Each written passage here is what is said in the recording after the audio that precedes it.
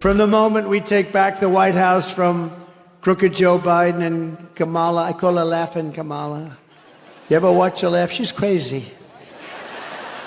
You know, you can tell a lot by a laugh. No, she's crazy. She's nuts. She's not as crazy as Nancy Pelosi, crazy Nancy.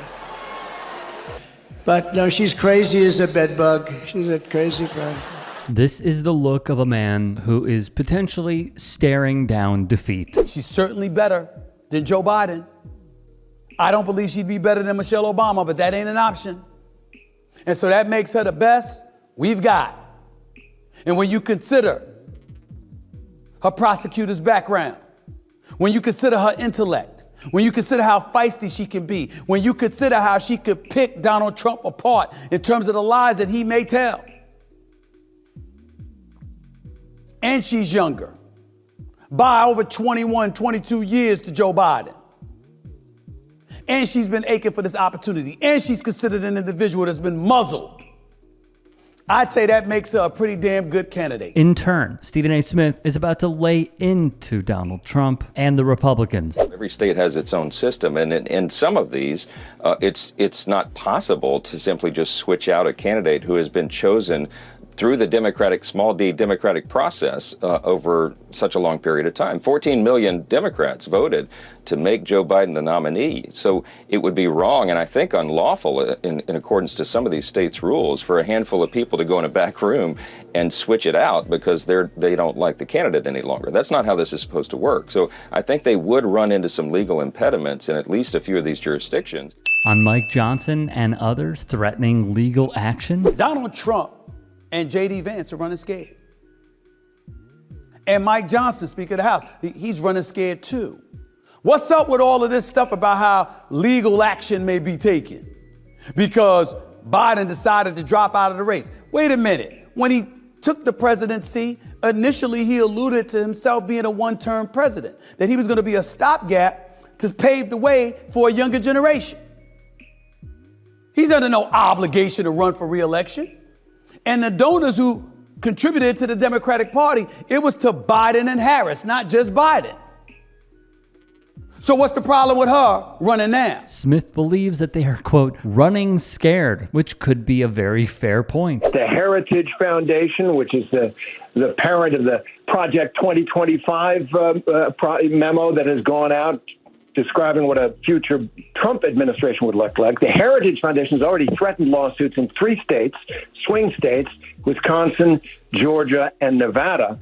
And they point to the laws in those states, which says that the nominee shall not be replaced unless there is a death. And there are those kinds of restrictions. The problem with them, election lawyers almost unanimously say, because anybody can bring a lawsuit, but people who work in this area say, obviously, Joe Biden is not the nominee until he's officially nominated. The Heritage Foundation, along with other cohorts in right-wing circles, including former President Trump, are ticked at the move and continue pondering legislation, though it is a tall task. Donald Trump, I know you ain't trying to engage in, dare I say, lawfare, are you? I know you're not trying to do that. Wasn't it you that was on stage saying that the Democrats were engaging in lawfare because they weren't confident they could beat you straight up in an election? Kamala Harris ain't bringing up insurrection. She ain't bringing up the votes in Georgia. She might bring it up to make an argument against you from a character standpoint. She might bring up the 34 felony convictions, but her objective and what she tweeted out, she's saying, yo, Donald Trump, I'm gonna beat you. I can beat you.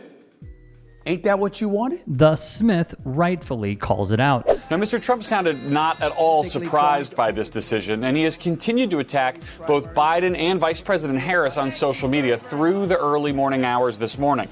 On Truth Social, he just accused Democrats of stealing the race from Biden after Biden won the primaries, calling them, Democrats, the real threat to democracy. A laughable notion from the man who said he would be a dictator. That's why the crowd was cheering for Joe Biden. You know there was some slippage. He was an easy opponent. You're confirming it's gotten a little bit tougher now, haven't you? Just asking. Just ask. There would also be more crying from the GOP and their nominee, with Donald Trump writing on Truth Social of Joe Biden dropping out. Now we have to start all over again. Shouldn't the Republican Party be reimbursed for fraud in that everybody around Joe, including his doctors and the fake news media, knew he was not capable of running or being president? Just asking. You're entitled to your feelings. You're entitled to express your thoughts. Just don't go the legal route. Because by going that route, you're engaging in lawfare. And according to you, that's what the Dems were doing because they couldn't beat you fair and square in an election. Let's find out. Let's find out. Straight up, you against her. Getting a little scared now? I'm just asking. I don't know. But bringing up all of this legal stuff with Mike Jackson and Mike Johnson, and J.D. Vance, it sounds scared. Y'all sound scared. What y'all doing being scared of Kamala Harris for? What's up with that? Scared of the ladies now? You scared of the vice president, huh? All right, before we get into it, if you can, please do become a channel member at youtube.com/TYT Sports. Just click the join button, or if you just want to join the network as a member, go to tyt.com/join. In addition, please follow me on my socials, Twitter, Instagram, and TikTok. We're fair, and even if there are many who despise him, Stephen A. Smith is right. He's right. Republicans were ready to take on current President Joe Biden. They wanted to take on President Joe Biden. And I think there was a moment where they revealed their hand, which was Donald Trump, Trump Jr., many in the MAGA orbit, basically said that they don't think Biden should drop out.